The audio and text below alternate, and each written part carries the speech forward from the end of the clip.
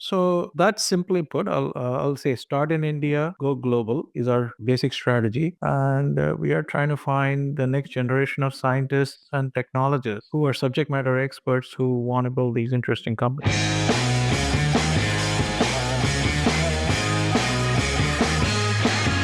Can you tell us a little about how you were inspired to launch 3i Partners? A lot of people don't quite understand what deep tech is. The companies we used to start 20 years ago, which were funded by Silicon Valley VCs, were all tech companies in today's parlance, deep tech companies. So deep tech simply is a startup that has a science backed or a technology backed IP mode that's hard to build, usually first of a kind in technical difficulty or engineering difficulty, going into known or emerging markets. So think about it as a 2 by 2 matrix, right? Technical complexity or technical difficulty and market risk or market difficulty. Deep tech is in the quadrant 4 typically, high technical difficulty, low market risk. Whereas traditional tech like SaaS, B2C, all of those have lower technical difficulties but tend to have higher market risk.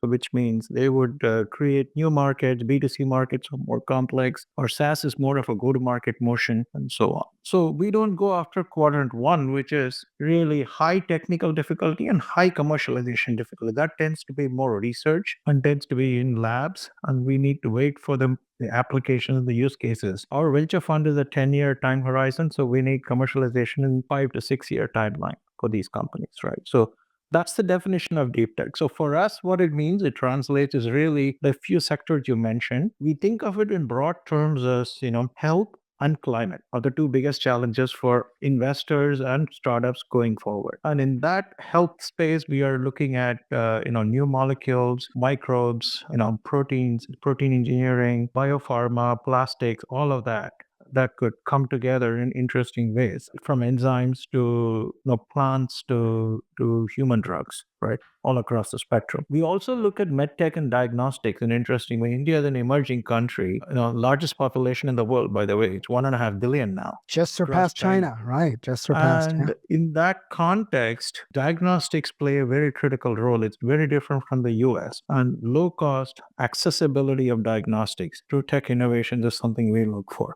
So that's simply put. I'll say start in India, go global is our basic strategy, and we are trying to find the next generation of scientists and technologists who are subject matter experts who want to build these interesting companies.